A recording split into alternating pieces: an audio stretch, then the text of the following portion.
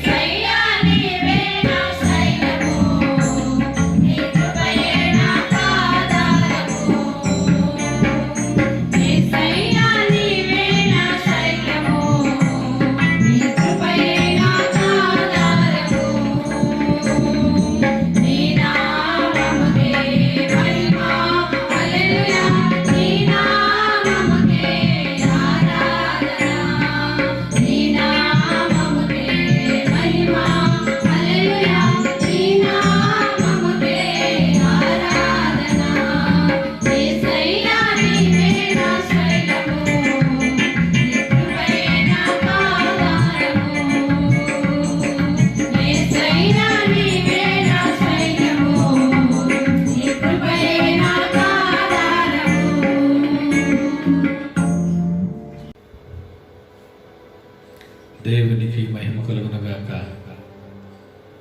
క్రీస్తు ప్రియులారా, మరి దేవుని యొక్క కృప చేతను, ఆయన శక్తి చేతను, బలము చేతను దినదినము ప్రభు మనలందరినీ కూడా తన కృపలో చక్కగా ప్రభు నడిపిస్తూ ఉంటున్నాడు. దైవ సందేశం వల్ల, దేవుని వర్తమానము ద్వారా మన కుటుంబములలో దేవుడు నూతనమైన కార్యాలు జరిగిస్తూ నడిపిస్తూ ఉన్నాడు. ఒకవేళ మనము ఈ మే మాసంలో సంఘమునకు దూరమైపోయినప్పటికీ దేవునికి దగ్గరయ్యే అవకాశాన్ని ప్రభు ఇచ్చాడు. ఈ అవకాశాన్ని దేవునికి మనము సమీపముగా, దేవునికి దగ్గరగా ఉండాలనే దేవుడు మనకు మంచి అవకాశాన్ని ప్రభు ఇచ్చున్నాడు. కాబట్టి ఈ లాక్డౌన్ సందర్భాలలో మన కుటుంబంలో మనము దేవునికి మన కుటుంబాలు దగ్గర అవ్వాలి. ప్రార్థనలో, ప్రభు సన్నిధిలో దినదినం మనం అనుభవిస్తూ, ప్రతిరోజు దేవుని సన్నిధి మనం అనుభవిస్తూ దేవునిలో మనం ముందుకు సాగవలసిన వారం అంటున్నాం. మరి మనం గత వారాలుగా ధ్యానం చేస్తూ వస్తున్నాము. పౌలు రాసిన 5 అంశాలు, కొరింథీ సంఘానికి రాసిన 5 సూత్రములు, పంచసూత్రములు. మరి 4వ సూత్రముగా బలవంతులైనడి. మొదటిది మెలకువగా ఉండి ప్రార్థన చేయుడి.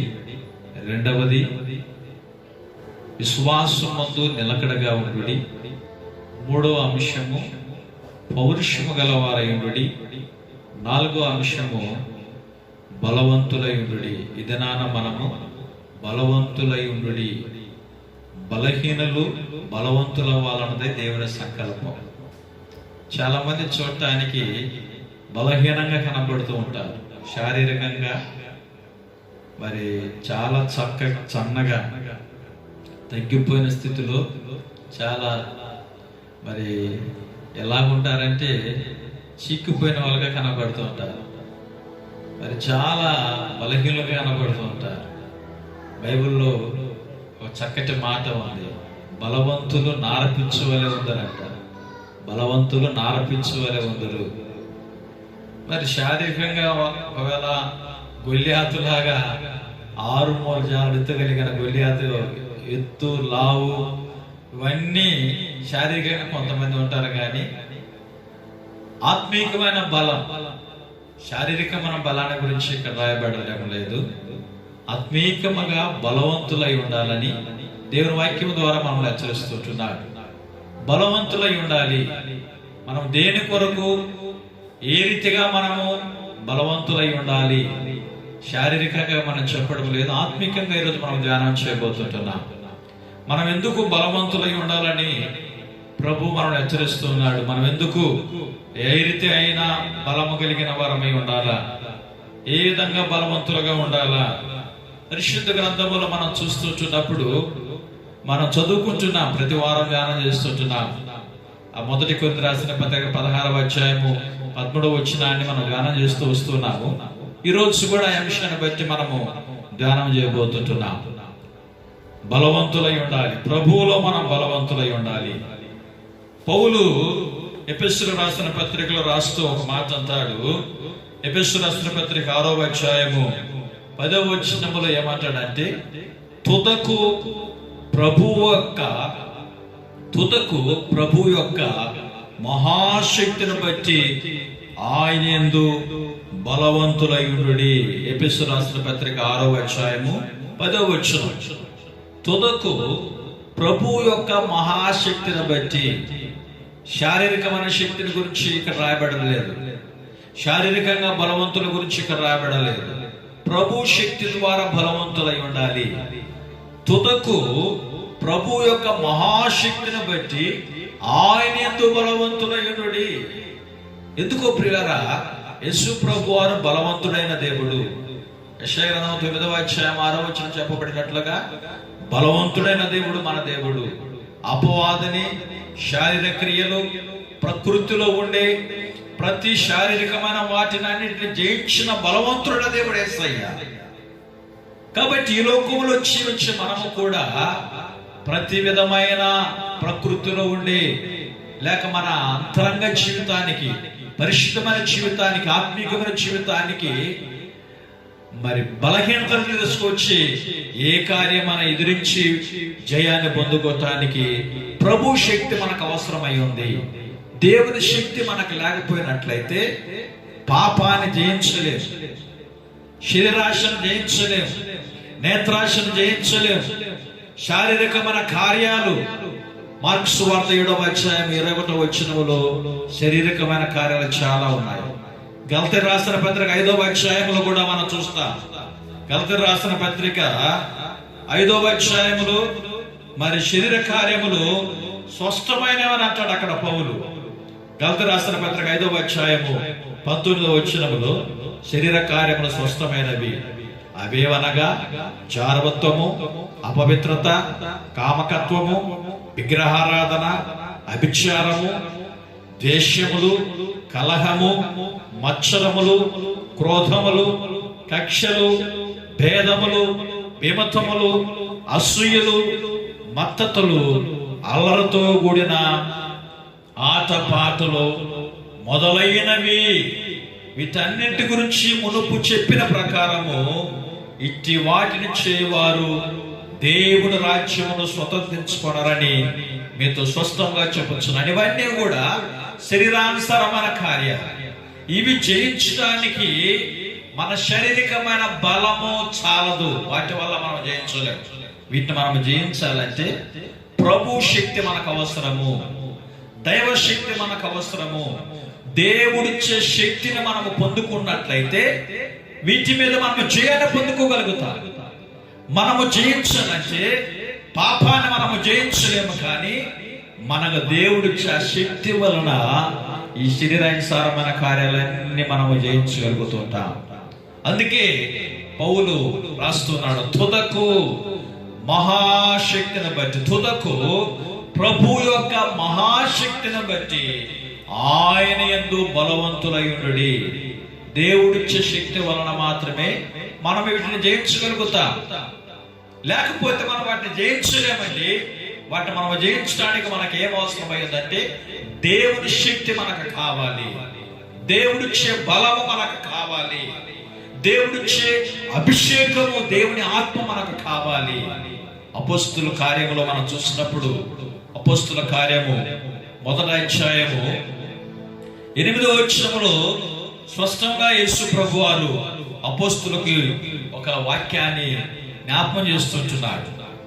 అపోస్తుల కార్యం 1వ అధ్యాయం 8వ వచనంలో ఏమంటాడంటే, పరిశుద్ధాత్మ మీ మీదకి వచ్చినప్పుడు మీరు శక్తి నొందెదరు అన్నాడు. ఎప్పుడు మనం శక్తిని అందుకుంటాం, బలం పొందుకుంటామంటే పరిశుద్ధాత్మ దేవుడు మీ మీదకి వచ్చినప్పుడు.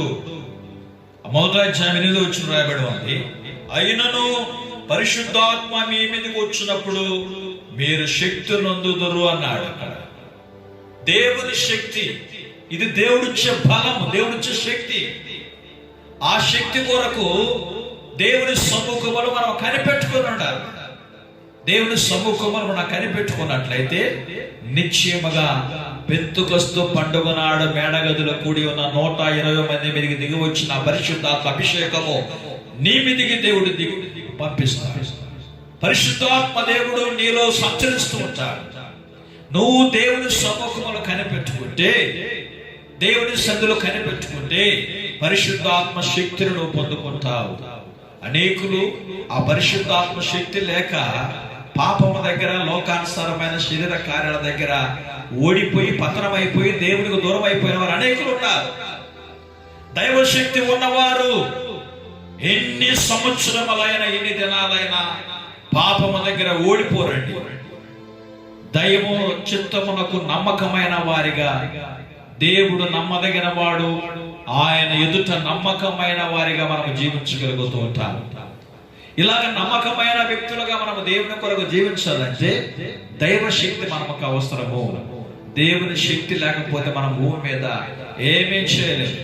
మన బలము వల్ల, మన శక్తి వల్ల, మన యొక్క ఉన్న ఖండ బలము వల్ల మనం ఏమి చేయలేము. ధన బలము వల్ల మనం ఏమి చేయలేము.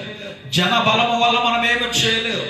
చదువు బలము, విద్య, అంతస్తు, పేరు, ప్రఖ్యాతులు ఉన్న అధికారము, అలాంటి బలము వల్ల మనం ఏమి చేయలేము. కానీ దేవుని శక్తి నీలో ఉన్నట్లయితే అది ఎంత పెద్ద ఉపద్రవమైన నువ్వు జయాన్ని పొందుకోగలుగుతావు. అందుకే పౌలు రాస్తుంటున్నాడు, ఇదిగో ఈ భూలోకములో మనకు ఎదురవుచుంటున్న, ఆకాశ మండలములో ఎదురొచ్చుంటున్న ఈ దురాత్మ శక్తులు మనం ఎదిరించడానికి మనము పోరాడునది శరీరులతో కాదు గాని ప్రధానులతోనూ, అధికారులతోనూ, ప్రస్తుత అంధకార సంబంధులకు లోకనాథులతోనూ, ఆకాశ మండలమందున్న దురాత్మల సమూహములతో మనం పోరాడుచున్నాం. వాటిని ఎదిరించడానికి పౌలు రాస్తున్నాడు, ఆపద్దినమందు వారిని ఎదిరించుటకు సమస్తము నెరవేర్చిన వారై నిలబడుటకు శక్తిమంతులగునట్లు దేవుడిచ్చు సర్వాంగ కవచం ధరించుకోండి అంటాడు. దేవుడిచ్చే సర్వాంగ కవచం, దేవుడిచ్చే శక్తి, దేవుడిచ్చే అభిషేకము, దేవుడి యొక్క బలము అనే పరిశుద్ధాత్మ శక్తిని మనం పొందుకోవాలి. అపవాదం మనం జయించాలంటే మన శక్తి బలము చాలదు. కొలసలు రాసిన పత్రికలో దేవుని వాక్యం రాయబడి ఉంది. కొలసలు రాసిన పత్రిక 1వ అధ్యాయము 29వ వచనం చదువుతాను, గమనించండి. కొలసలు రాసిన పత్రిక 1వ అధ్యాయము 29వ వచనములో, అందు నిమిత్తము నాలో బలముగా కార్యసిద్ధి కలుగుచేయు ఆయన క్రియాశక్తిని బట్టి నేను పోరాడుచు ప్రయాసపడుచున్నానని అంటాడు పౌలు. అందు నిమిత్తము నాలో బలముగా కార్యసిద్ధి కలుగుచేయు ఆయన క్రియాశక్తిని బట్టి, మనకు కార్యము పట్ల జయాన్నిచ్చేవాడు ఎవరంటే పరిశుద్ధాత్మ శక్తి, పరిశుద్ధాత్మ బలము. మనము ఈ లోకములో ఉన్న వాటి అన్నిటి మీద విజయాన్ని పొందుకోవడానికి మనకు ఉండవలసింది ఏంటంటే దైవ శక్తి, మనకు పరిశుద్ధాత్మ శక్తి మనకు అవసరమై ఉంది. బలవంతులై ఉండుడి, పరిశుద్ధాత్మ శక్తి చేత మనం బలవంతులై ఉండుడి. ఈ లోకములో అపవాది కూడా ఎలాగా ఉన్నాడంటే గర్జించు సింహం వల్లే ఉన్నాడంట. అపవాది ఏ రీతిగా తిరుగుతున్నాడంటే గర్జించు సింహం వల్లే రాయబడి ఉంది. 1 పేతురు రాసిన పత్రిక 5వ అధ్యాయము 1 పేతురు రాసిన పత్రిక 5వ అధ్యాయము 8వ వచనం చెప్పబడుతుంటుంది, నిభ్రమైన బుద్ధి గలవారై మెలకుగా ఉండుడి, మీ విరోధి అయిన అపవాది గర్జించు సింహం వలె ఎవరిని మృంగుదరా అని వెతుకుచు తిరుగుచున్నాడు. సింహం వలె మీ విరోధి అయిన అపవాది గర్జించు సింహం వలె ఎవరిని మృంగుదరా అని చెప్పి వెతుకుచు ఉన్నాడు. వీధులు, గ్రామము, దేశము, సంఘము, కుటుంబాలు, విశ్వాసుల కుటుంబాలు, ప్రతి స్థలములో అది తిరుగుచు ఉన్నాడు. ఎవరిని మెరుగుదరా అని చెప్పి వాడిని మనం జయించాలంటే సింహం వల్లే వెతుకుచూ తిరుగులాడుచుంటున్న అపవాదిని మనం జయించడానికి మనకు శక్తి అవసరమై ఉంది. సాతాను జయించడానికి మనకు శక్తి అవసరమై ఉంది. పరిశుద్ధాత్మ శక్తి మనలో లేకపోతే సింహం వల్లే ఎవరిని మృగంలో చెప్పి నోరు తెరుచుకుని ఉన్నాడే, ఆ నోరు తెరుచుకున్న సింహాన్ని, అపవాదిని జయించడానికి దేవుని శక్తి మనకు అవసరమై ఉంది. పరిశుద్ధ గ్రంథములో ఒక వ్యక్తిని మనం గమనిస్తాం. ఆయన పేరు సంసోన్. ఆయన పేరేం పేరు? సంసోన్. ఈ సంసోను ఒకరోజు ఏం చేశాడంటే, ప్రియులారా గమనించండి, ఆయన తిమ్నాతుకు వెళ్ళి ఒక చక్కటి అమ్మాయిని చూశాడు. ఆ అమ్మాయిని చూసి వచ్చినప్పటి నుండి న్యాయపతుల గ్రంథములు 14వ అధ్యాయం రాయబడం, సంసోను తిమ్నాతుకు వెళ్ళి తిమ్నాతులో ఫిలిష్తీయుల కుమార్తెలు ఒకతను చూచిన రాయబడం. ఒక అమ్మాయిని చూశాడు. ఆ అమ్మాయిని చూసి వచ్చినప్పటి నుండి కుటుంబంలో తల్లిదండ్రులు తొందర చేస్తూ ఉన్నాడు. ఇదిగో నేను తిమ్నాత్ అనే గ్రామానికి వెళ్ళాను, అక్కడ ఒక అమ్మాయిని చూశాను, ఆ అమ్మాయిని ఇచ్చి నాకు పెళ్లి చేస్తారా లేదా? ఈ రోజుల్లో మనం కూడా కొన్ని కుటుంబాల్లో చూస్తూ ఉంటున్నాం. వారికి నచ్చిన అమ్మాయిని ఎక్కడో ఒక దగ్గర చూసేస్తారు. ఎక్కడో ఒక ప్రాంతంలో ఒక నచ్చిన అమ్మాయిని చూసి వచ్చిన తర్వాత నాకు ఆ అమ్మాయినే చేయాలి, ఆ అమ్మాయిని చేస్తేనే బ్రతుకుతా, లేకపోతే నేను బ్రతకను. ఈ పోటు తట్టుకోలేక తల్లిదండ్రులు ఏం చేస్తారంటే నిశ్చయంగా ఆ అమ్మాయిని చేసేస్తారండి. ఆ అమ్మాయిని చేయటానికి తల్లిదండ్రుల ముందుకు రావాల్సిన అవసరం వచ్చేసింది. ఇంకా తప్పదు. ఎందుకంటే ఏకైక కుమారుడు ఒక అబ్బాయి, ఈ అబ్బాయి మెచ్చాడు, అమ్మాయిని చేసేయాలి. అలాగే సంసోను ఒక కుమారుడు కాబట్టి వాళ్ళ తల్లిదండ్రులకు వెంటనే ఆ తిమ్నాతు గ్రామానికి వెళ్ళి చూసి వచ్చినప్పటి నుండి ఇంట్లో తొందరపాటు. ఇంట్లో అన్నం తినడంలే, ఒకే అలుగుడు, ఖచ్చితంగా అమ్మాయిని చేయాలి. సరే కొడుకు పొడు తట్టుకోలేక ఒక రోజు బయలుదేరారు తల్లిదండ్రులు కలిసి సంసోను తీసుకొని బయలుదేరినప్పుడు మార్గ మధ్యమలో ఏం జరిగిందో తెలుసా? వీరికి ఒక పోరాటం వచ్చింది. తిమ్నాతుకు వెళుతూ ఉన్నారు. వెళ్ళేటప్పుడు ఒక సింహం అడ్డు వచ్చింది. బైబిల్ చెప్తారు, గమనించిన న్యాయాధిపతుల గ్రంథము 14వ అధ్యాయం 5వ వచనం రాయబడి ఉంది.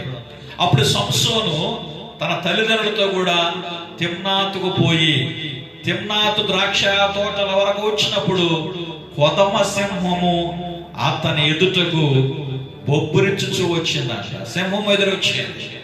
వీళ్ళు ఎక్కడికి వెళ్తున్నారు? సంసోను తిమ్నాతుకు వెళ్ళి ఒక అమ్మాయిని చూశాడు.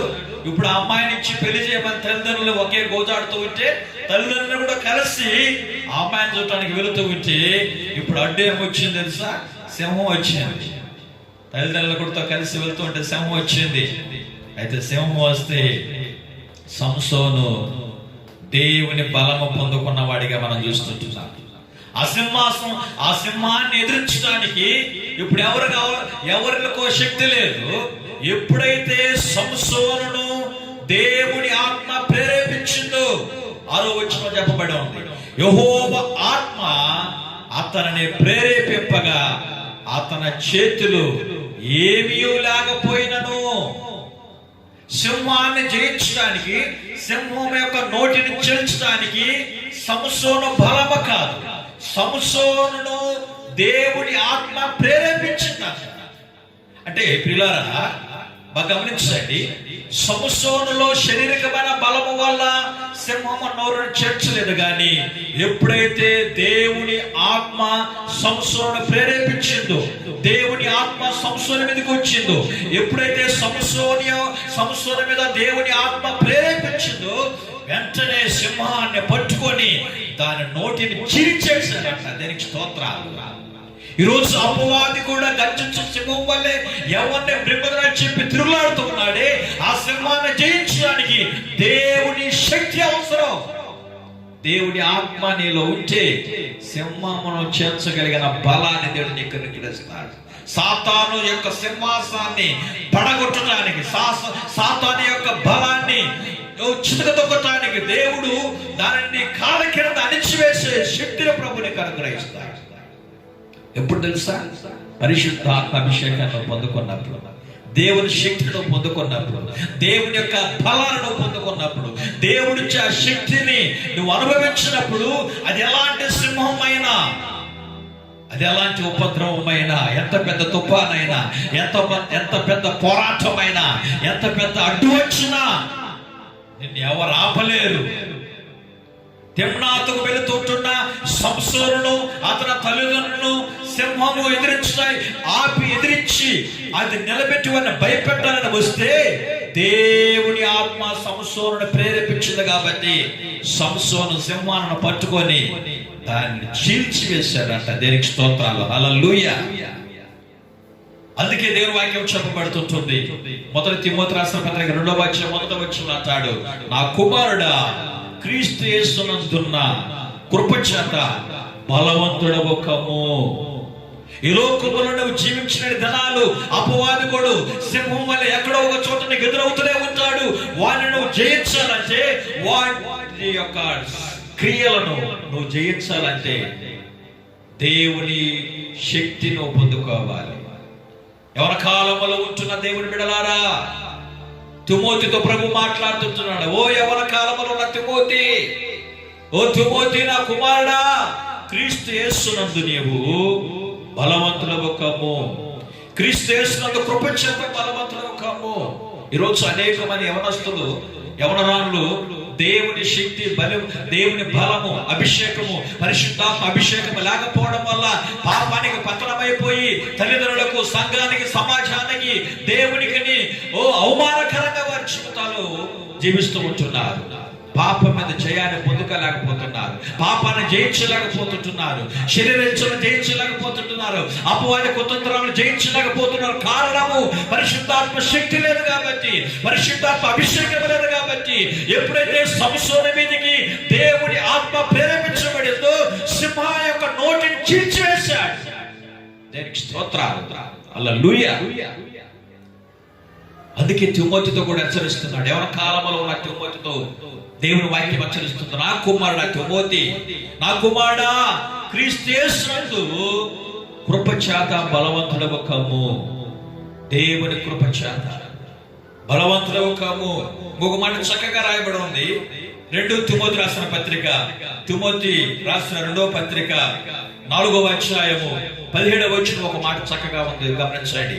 అయితే నా ద్వారా సువార్త సంపూర్ణముగా, అయితే నా ద్వారా సువార్త పూర్ణముగా ప్రకటింపబడి నిమిత్తమును అన్ని జనులందరూ దాని విని నిమిత్తమును ప్రభు నా ప్రక్క నిలిచి, బాగా గమనించాలి, ప్రభువు నా ప్రక్క నిలిచి నన్ను బలపరిచిన గనుక, దేవుడు నా ప్రక్కన నిలిచి నన్ను బలపరిచిన గనుక.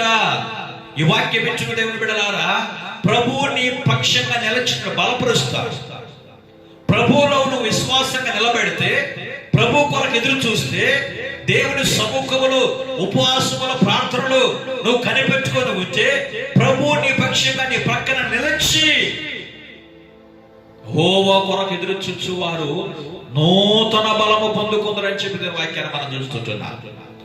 దేవుని సముఖములో దేవుని కొరకు నువ్వు వేచి ఉంటే, ప్రభు శక్తి కొరకు, ప్రభు బలము కొరకు, పరిశుద్ధాత్మ అభిషేకము కొరకు నువ్వు దేవుని సముఖములో కనిపెట్టుకున్నట్లయితే ప్రభు నీ పక్షంగా నిలబెడతాడు.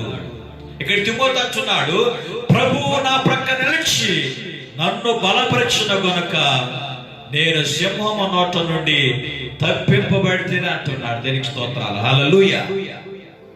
ప్రభువు నా పక్షంగా నిలిచి, ఈరోజు దేవుడు నీ పక్షంగా నిలబెడతాడు. అపవాది గోడు సింహముగా, సింహం అనే సాతాను గోడు ఏ విషయంలో నేను మృగాలను తెప్పి నోరుదరుచుకున్నాడు. ఏదో ఒక సమస్య, ఏదో ఒక నింద, ఏదో ఒక పోరాటం, ఏదో ఒక రూపకములో నిన్ను మృంగి వేయాలని చెప్పి పుంజుకొని ఉంటుంది. పాపమే కాదు, శరీరాశ కాదు, నేత్రాశ కాదు, ఈ లోకములో శరీరానుసరమైన కార్యాలు, జారవంతము, విగ్రహారాధన, వ్యభిచారము, కామకత్వము, విమెత్తలు, భేదములు, అలర్తుగుడు, ఆటపాటలు, మత్తుపాయనము, త్రాగుబోతనము, వ్యభిచారము, రకరకములైన కార్యాలు నోరుచుకొని నిన్ను మృంగటానికి పొంచుకుని ఉంటాయి. వాటిని జయించడానికి ప్రభు సముఖములను ఉన్నట్లయితే ప్రభుని పక్షాన్ని నిలిచి నీకు బలం ఇస్తాడు దేవుడు. తిమోతికి బలం ఇచ్చాడు. అందుకే తిమోతి అంటున్నాడు, ప్రభు నా పక్షంగా నిలిచి నన్ను బలపరిచిన గనుక, ప్రభు నా పక్షంగా నిలిచి నన్ను బలపరిచిన గనుక నేను సింహము నోట నుండి తప్పింపబడితేనే. ఏ పాపము నోరు తెరిచి పొంచుకునే ముందు, ఏ పాపముని మృంగివేయని చెప్పి నోరు తెరుచుకునే ముందు, ఆ పాపముని మృంగివేయకుండా నీ ప్రభువు నీ పక్కగా నిలిచి, నీ ప్రక్కన నిలిచి నిన్ను బలపరిచి సింహము నోట నుండి ప్రభు నిన్ను తప్పిస్తాడు. దేవుడు తప్పించుటకు శక్తిమంతుడు. దానియేలు దేశకి వెళ్ళి సింహం బోన్లు వేశారండి. సింహము దానియేలు మృంగివేసిందా? దానియేలు దేశకి వెళ్ళి సింహం బోన్లు వేశారు. ఆ బోన్లో మరి చాలా సింహాలు ఉన్నాయంట. కొంతమంది రకరకాలుగా చెబుతున్నారు, 72 సింహాలు ఉన్నాయంటారు, 12 సింహాలు ఉన్నాయి, రకరకాలుగా అంటున్నారు. దానియేలు సింహం బోన్లో వేసేటప్పుడు దానియేలు వయసు ఎంత తెలుసా? 75 సంవత్సరాల వయసు పెరిగిన వాడు అంట. అలాంటి దానియేలు తీసుకువెళ్ళి సింహం బోన్లో వేస్తే, సింహం బోన్లో వేసిన దానియేలుని సింహము దగ్గర కూడా వచ్చి సింహము దానియేలు వాసన చూడలేదు. ఎక్కడ వేయబడ్డాడో దానియేలు అక్కడే ఉన్నాడు, ఎక్కడ కూర్చొని ఉన్నదో సింహం అక్కడే ఉన్నది. ఈరోజు దానియేలును ముట్టనివ్వకుండా సింహము నోట నుండి తప్పించిన దేవుడు నీ ప్రక్కనే వచ్చి నిన్ను మృంగాలని చెప్పి ఏ పాపము, శాపము, రోగము నోరు తెరుచుకునే ముందు దానిని మిన్ననివ్వకుండా నీ దేవుడిని తప్పించగలిగిన వాడు. అందుకంటాడు, నా కుమారుడా బలవంతుడవు కాము, దేవుని కృప వలన బలవంతుడవు కాము. తిమోతి చక్కగా మాట్లాడుతున్నాడు. ప్రభువు నాకు సహాయకుడు, ప్రభువు నా ప్రక్క నిలచి, ప్రభువు నా ప్రక్క నిలచి నన్ను బలపరచిన గనక సింహము నోట నుండి తప్పింపబెడితేనే.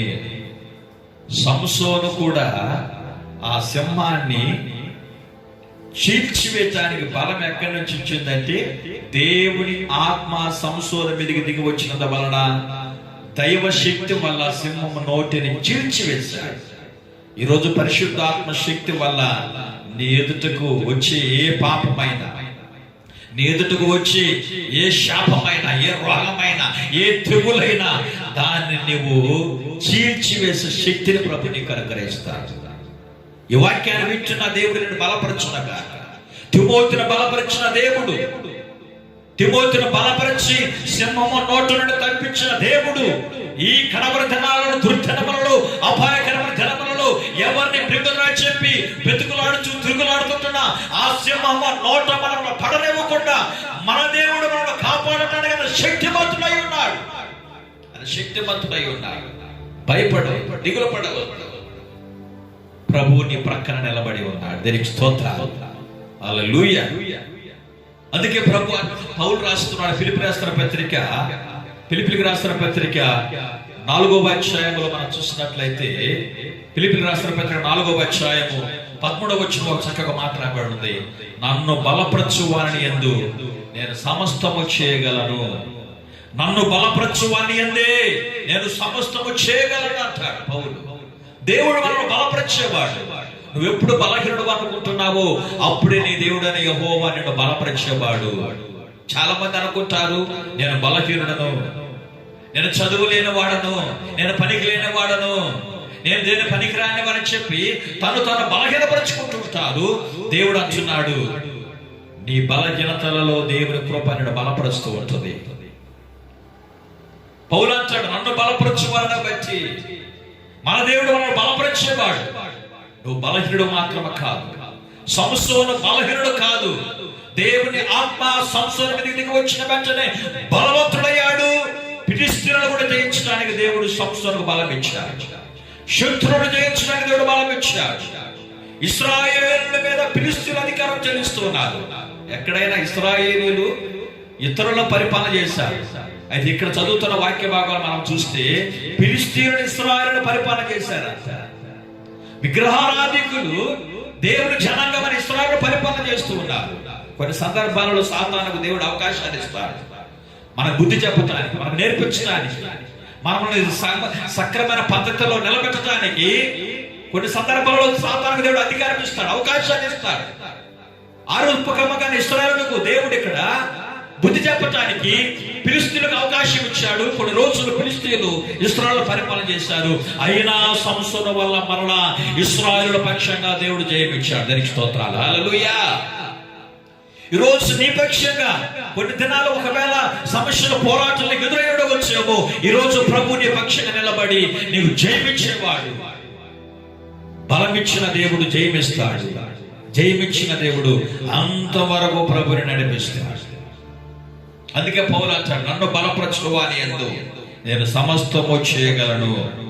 యెషయా గ్రంథం 45వ అధ్యాయము 24వ వచనం రాయబడి ఉంది, యెహోవా యందే నీతి బలములున్నవని జనులు నన్ను గురించి చెప్పుదురు, ఆయన యొద్దకు మనుషులందరూ వచ్చెదరు. యెహోవా యందే నీతి బలము ఉన్నది. ఎవరి దగ్గర ఉంది ఆ బలము? అపవాదిని జయించే బలము, సాతాను జయించే బలము ఎవరి దగ్గర ఉందంటే యేసయ్య దగ్గరే. నా నామమున మీరు దెయ్యములను వెళ్ళగొట్టుదురన్నారు. ఈరోజు అనేకులు ప్రార్థించినప్పుడు అపవిత్రాత్మ శక్తులు పారిపోతున్నాయి, దయ్యాలు పారిపోతున్నాయి, దురాత్మ శక్తులు పారిపోతున్నాయి. ఎవరి వల్ల అంటే యేసుక్రీస్తు నామము వల్ల పారిపోతున్నాయి. ఆయన నామము శక్తి కలిగిన నామము. అన్ని నామముల కన్నా యేసు నామము గొప్ప నామము, శక్తి కలిగిన నామము. దయ్యములు పారిపోతున్నాయంటే ఆయన నామములో శక్తి ఉన్నది. ఆయన సర్వశక్తిమంతుడైన దేవుడు అయినాడు కాబట్టి ఆయన విశ్వాసం ఉంచు వారికి కూడా అలాంటి బలమును, శక్తిని ప్రభువు అనుగ్రహించేవాడై ఉన్నాడు. అందుకే పౌలు రాస్తున్నాడు కొరింథీ సంఘానికి, బలవంతులయ్యుండుడి. అపవాదిని ఎదిరించడానికి మీరు ఎల్లప్పుడూ బలవంతులయ్యుండుడి. ఎల్లప్పుడూ ఎవరైతే ఎప్పుడు దేవుని సముఖములో ప్రార్థనలో కనిపెట్టుకొని ఉంటారో, దేవుని శక్తి కొరకు కనిపెట్టుకొని ఉంటారో, దేవుడు వారికి దినదినము నూతన బలాన్ని ప్రభు ఇస్తాడు, నూతన శక్తిని ప్రభు అనుగ్రహిస్తాడు. వయస్సు పెరగవచ్చు, అయితే దేవుడిచ్చే బలము ఎలాంటిదంటే నూతనముగా ఉంటది. మన దేవుడు మన పట్ల అనుదినము నూతనమైన వాక్యత కలిగిన వాడై ఉన్నాడు. అనుదినము మన దేవుడు మన పట్ల నూతనమైన వాక్యత కలిగిన వాడై ఉంటున్నాడు. యెషయా గ్రంథము 40వ అధ్యాయము 31వ వచనం చెప్పబడుతూ ఉంటుంది, యెహోవా కొరకు ఎదురు చూచువారు నూతన బలము పొందుదురు. యెహోవా కొరకు ఎదురు చూచువారు నూతన బలము పొందుదురు. తర్వాత చక్కగా చెప్పబడుతుంటుంది, వారు ఎలాగ ఉంటారంటే పక్షిరాజు యవ్వనము వలె. యెహోవా కొరకు ఎదురు చూచువారు నూతన బలము పొందుదురు. వారు పక్షిరాజుల వలె రెక్కలు చాచి పైకి ఎగురుదురు, అలయక పరుగుతుదురు, సొమ్మసిల్లక నడిచిపోవుదురని చెప్పి నేను వాక్యాన్ని చూస్తుంటున్నా. ఎప్పటికీ అలసిపోరు, ఎప్పటికీ సొమ్మసిల్లరు, ఎప్పుడు కూడా కురిగిపోరు. ఎప్పుడు నూతన బలము చేత ప్రభువులను నడిపించేవాడై ఉన్నాడు. ఆయన కొరకు ఎదురు చూసే వారి పక్షంగా ఆయన ప్రక్కన నిలిచి బలపరిచి సింహము నోట నుండి తప్పించడం మాత్రమే కాకుండా ఆయన కొరకు ఎదురు చూసే వారికి నూతన బలాన్ని, నూతన శక్తిని ప్రభు అనుగ్రహించి నడిపిస్తాడు. దేవుడి మాటలు వింటున్న మిమ్మల్ని, మీ కుటుంబములను పరిశుద్ధాత్మ దేవుడు నూతన పరిచి ఆయన నూతన బలమున శక్తిని ప్రభు మీకు అనుగ్రహించి తన రాకడకు ప్రభు మిమ్మల్ని అందరినీ సిద్ధపరచును గాక. దేవుడు మాటలు వింటున్న మీ అందరి కొరకు వ్యక్తిగతమైన ప్రార్థనలు నేను జ్ఞాపకం చేసుకుంటున్నా. ప్రభు మీకును మీ కుటుంబాలకి అలాంటి నూతనమైన శక్తిని, బలాన్ని ప్రభు అనుగ్రహించాలని మేము ప్రార్థన చేస్తుంటున్నాం. ప్రేమ దేవుని బిడ్డలారా, ప్రభు మీలో ఉన్నాడు, ఆయన శక్తి మీలో ఉన్నది, పరిశుద్ధాత్మ అభిషేకం మీలో ఉన్నది. అపవాదిని జయించడానికి సింహం వలె గర్జించి, సింహం వలె ఎవరు మృగుదరాని చెప్పి తిరుగులాడుచుంటున్నా దాన్ని చూసి నువ్వు భయపడవద్దు. సంసోనుకు, తిమ్నాతుకు వెళుతున్న సంసోనుకు సింహం ఎదురైతే సింహమును చూసి భయపడలేదు, కానీ సింహము నోటిని చీల్చి దాన్ని పారవేసి ఈరోజు అలాంటి కృపను, బలమును, శక్తిని, అభిషేకాన్ని ప్రభు నీకు అనుగ్రహిస్తాడు. నీకు ఎదురయ్యే సింహము అనేక రూపకములు రావచ్చు, అనేక విధాలుగా నోరు ధరించి నిన్ను మృంగివేలని చెప్పి పోల్చుకునవచ్చు. అయితే ప్రభు నీ ప్రక్కన నిలిచి ఉన్నాడు, ఆ సంగతి మర్చిపోవాలి. ప్రభు నీ ప్రక్క ఉన్నాడు, నీ పక్షంగా ఉన్నాడు, నీ కుటుంబ పక్షంగా ఉన్నాడు, నీ బిడ్డల పక్షంగా ఉన్నాడు, నీ భర్త పక్షంగా, నీ భార్య పక్షంగా, నీ పక్షంగా నువ్వు ప్రార్థన చేసే దేవుడు నీ పక్షంగా ఉన్నాడు. అపవాదిని చీల్చివేయటానికి ప్రభు నీకు శక్తినిచ్చి ఉన్నాడు. భయపడవద్దు, దిగులు పడవద్దు, కలవరపడవద్దు. ప్రభువు నీకు సహాయం చేసేవాడు. ప్రభు మనకు సహాయకుడు, ప్రభు మనకు సహాయకుడు. ప్రార్థన చేసుకున్నామా? అలాగే తరడ వచ్చి కళ్ళు మూసుకోరండి. మీ కొరకు నేను ప్రార్థన చేస్తాను. ప్రేమ కలిగిన మా తండ్రి, పరిశుద్ధుడా, జీవాధిపతి, నీ పరిశుద్ధమైన పాదములకు వందనాలు, స్తుతి, స్తోత్రాలు చెల్లిస్తున్నాము నాయన. నా ప్రభు, ఆ బలవంతులై ఉండండి అన్న అంశాన్ని బట్టి స్పష్టముగా నాతో మీరు మాట్లాడారు స్వామి. స్తోత్రాలైనా మేము ఏ విషయంలో బలహీనములుగా ఉన్నామో ఆ విషయంలో మనం బలవంతులుగా ఉండటానికి ఈ వాక్యము ద్వారా మమ్మల్ని హెచ్చరించారు. అందరు బట్టి నీకు స్తోత్రాలైనా. ఎవరు మృంగుదరాని చెప్పి తిరుగులాడుతుంటున్నా అపవాది కూడా అనే సింహము లాంటి వాడికి మేము లొంగిపోకుండా దాన్ని జయించడానికి మీరు మాకు అనుగ్రహించిన పరిశుద్ధాత్మ అభిషేకాన్ని బట్టి నీకు స్తోత్రాలు. సంసోనుకు, తిమ్నాతుకు వెళుతున్న సంసోనుకు అడవిలో సింహం ఎదురైనప్పుడు దాన్ని చీల్చి వేయటానికి, దాని నోటిని చీల్చి వేయటానికి ప్రభువా మీరు ఏ రీతిగా అయా సంసోనుకు ఆత్మను ప్రేరేపింపజేసి బలమనిచ్చారు, అలాంటి బలమును ఈ రోజు కూడా మేము ఈ లోకంలో జీవించుచుంటున్న మా జీవితంలో ఎదురయ్యే శరీర కార్యములన్నీ జయించడానికి పరిశుద్ధాత్మ దేవా మీ శక్తిని మీరు మాకు దయచేయండి. అపవాదియు దాని కుతంత్రములు జయించడానికి అనుదినము మా పట్ల మీ నూతనమైన శక్తిని, బలాన్ని మీరు దయచేయండి. వాక్యాన్ని వింటున్న ప్రతి బిడ్డలకు నా తండ్రి అలాంటి నూతన బలమును, శక్తిని, అభిషేకమునిచ్చి అంతవరకు నీ కృపలో భద్రపరచమని, వాక్యాన్ని విన్న ప్రతి బిడ్డలను మీరు దీవించి ఆశీర్వదించమని యేసు నామములో అడుగుచున్నాము తండ్రి. ఆమేన్, ఆమేన్.